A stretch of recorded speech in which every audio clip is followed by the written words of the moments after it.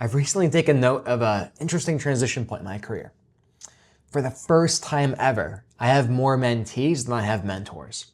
I realized that recently after an undergrad reached out to me asking for some advice on getting into medical school, becoming a psychiatrist. And sure, that probably also just means I need more mentors in my life, but also had me reflecting and certainly appreciating all the hard work, the many years of effort and uncertainty that went to getting to the point where I am today. So today I want to do something different. Instead of talking about a mental health topic, I wanted to talk about the profession, the field itself. Because I've certainly benefited a lot from looking up to people, learning from others, from my mentors. And for the past couple of years, I did get opportunities to mentor others. So I want to share my story with you, share a little bit about what it is like entering medicine, the field of psychiatry, mental health. And please, if there's anything I leave out, don't get to, definitely let me know in the comments. I'd love to answer there or even make future videos on it. Before we get started, I want to welcome those of you who are new to the channel. I'm Dr. Robert, and I'm a board-certified psychiatrist, and I have my own outpatient private practice. I enjoy posting weekly mental health videos as I really enjoy talking about these topics, but certainly this does not replace you seeking out mental health care providers if you are experiencing any mental health symptoms. And also real quick, I did just come back from vacation. Of course, I got a cold at the tail end of it, so my voice is a little bit more raspy today than usual. Bear with me. So let's talk about how I almost became a surgeon. Because I didn't really consider becoming a psychiatrist, not even once, until I was in medical school. Up until that point, I was pretty gung-ho on becoming a surgeon, or maybe doing emergency medicine or anesthesia or something else that's very procedural. The first decision point for me was becoming a doctor, most likely a surgeon, and that happened when I was in high school. And just as a little background, I came to the US as an immigrant from Poland at the age of 4. And of course, being a immigrant child here in the new country, I knew fairly early on that I needed a stable job, right? Like most immigrants, you're very keenly aware that you need some economic stability in your life. So I knew I needed something that would offer me job security, pay well, and hopefully also be enjoyable. Make my parents' sacrifices worth it. And if I'm being honest, up through high school, I wasn't that much of an ideal student. So medical school was not looking likely for me for a while. I had a hard time focusing. I didn't do well in my classes. I turned things in late all the time.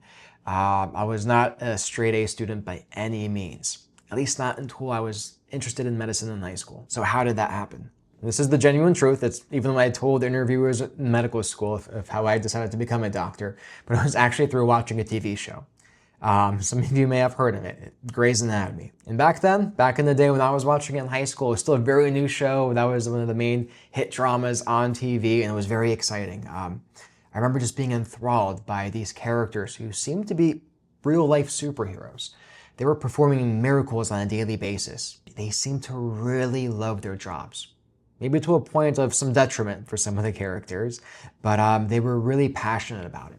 I think being an immigrant, seeing my parents work in the country, I think I really sensed that if I'm going to dedicate myself to something, work something, doing it every single day of my life, I gosh darn better love it. Also around this time, I had some good mentors in high school, which is why I think it's so important to get mentors early on. My high school, thank goodness, had this medical program where you were able to shadow doctors, so gain mentorship from physicians very early on, right before you're even 18. There was one problem. You had to be good at school to become a doctor. That's very much true.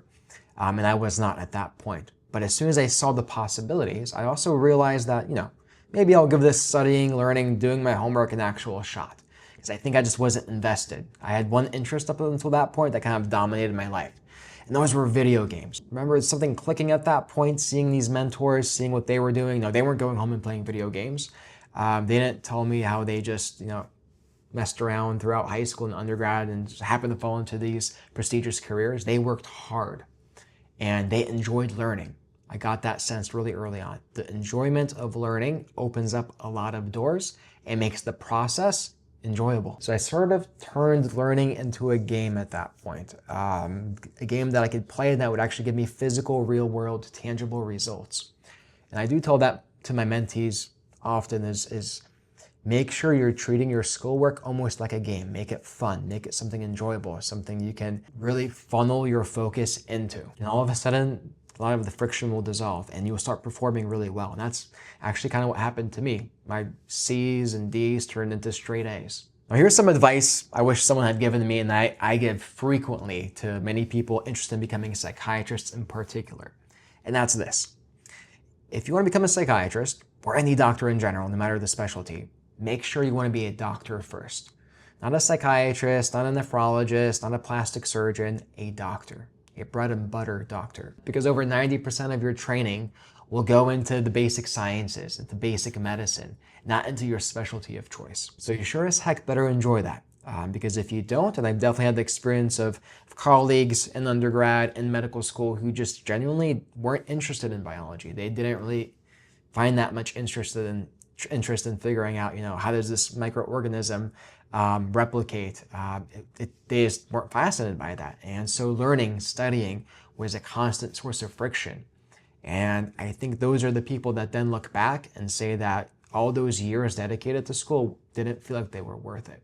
And that's definitely a sad thing to hear from people, but I definitely have heard that from the people who just genuinely didn't enjoy those topics. But guess what? I did not major in anything science related when I got to undergrad. I graduated high school, and much to the, as you can imagine, horror of my immigrant parents, I decided to major in creative writing. Yes, creative writing. And that's probably one of the smartest decisions of my life. As I was diving down the rabbit hole of getting into science, wanting to become a surgeon, I also took AP literature. I started to read. I started to figure out that, I actually like language. I enjoy reading. I enjoy writing, or at least trying to write. And that's something I really gravitated towards very early on. So when did things change for me? When did I switch from wanting to become a surgeon to a psychiatrist? Well, that happened my first year of medical school. And another thing I tell mentees who are in the process of applying into medical school or even still in high school, I give them the disclaimer of this. Gaining admission into medical school is that's the main bottleneck point towards becoming a psychiatrist. It's the most difficult step in the entire process. Medical school admission in the US is very competitive. And it's getting more and more competitive every single year, which is why I think it's also important to stand out somehow, right? So maybe major in something non-traditional and do well in it too, right? Because you don't want to major in like music and then be a terrible musician, right? You want to be able to also hone that craft and that passion and have that show through your application. If it's writing, I had to publish things. I had to write a really good personal statement. I had to be involved in all these literary committees and things like that to actually show that I could do something with it. But back to my switch from surgery to psychiatry. And it happened just by chance that I got the lowest lottery number ranking in this lottery system at the end of our first year, where you could spend a week away from the textbooks, from all the studying, and just relax and just show up and shadow a doctor. And I just happened to get the lowest number. No one wanted psychiatry, so I was stuck with psychiatry instead of cardiothoracic surgery. And thank goodness I did. Because on day one of showing up to the inpatient unit, meeting the psychiatrist I'd be working with, who interestingly enough was also a surgeon before becoming a psychiatrist, interestingly enough, I got to see the intersection between narrative, storytelling, character, and the sciences that I found also really interesting. I found that the science, the articles around how the brain manifests as the mind, how medications can alter how the mind works, how mental illness is experienced, that really, really fascinated me. Same with the disease processes of delusional disorders, schizophrenia, mania, these really fascinating conditions, really terrifying conditions as well, that I witnessed on the inpatient unit. And how I was able to see this psychiatrist use his words as precisely as a surgeon wields a scalpel to make very significant change in people's lives. Well, that fascinated me, that sold me, and that made me make my decision towards becoming a psychiatrist. And I'll be honest with you, I've never looked back. No regrets. It's been really gratifying over the past few years too, to also mentor medical students, undergrads, even some high school students who also share that same passion, that same interest, that same inspiration, and to be able to help them along through that path. So I hope you found that helpful. Thanks for sticking around to the end, giving me your attention. I genuinely, truly appreciate it. And let me know, are there other questions you may have on the path to becoming a medical professional, a mental health professional, or anything else that you might have questions on? If you'd like me to make future videos on the process, on the journey, on my practice, my story, also let me know. I'd be thrilled to indulge that too. Thanks for watching, and I'll see you in next week's video.